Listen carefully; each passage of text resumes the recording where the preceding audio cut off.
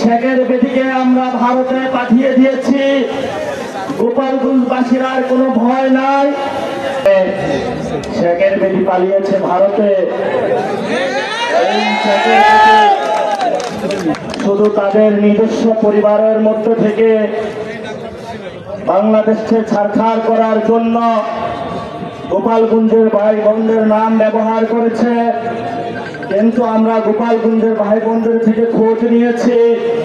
শেখের বেটির পাশের যে ফ্যামিলি, তার জীবনযাত্রার কোনো মান উন্নয়ন হয় নাই।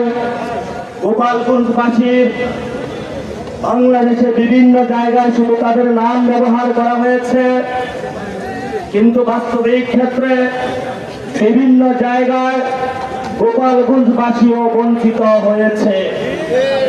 গোপালগঞ্জবাসীও বৈষম্যের শিকার হয়েছে। আর যে বৈষম্যের শিকারটা হয়েছে সেটা হলো শেখের বেটি শেখ হাসিনার দ্বারা। শেখের বেটিকে আমরা ভারতে পাঠিয়ে দিয়েছি। গোপালগঞ্জবাসীর আর কোনো ভয় নাই।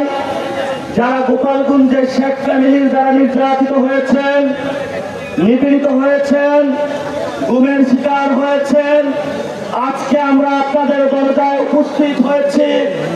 আমরা একটি নতুন বাংলাদেশ গঠনের জন্য জুলাই পদযাত্রার ডাক দিয়েছি। একটি নতুন বাংলাদেশ গঠনের জন্য আমরা একটি রাজনৈতিক দল গঠন করেছি।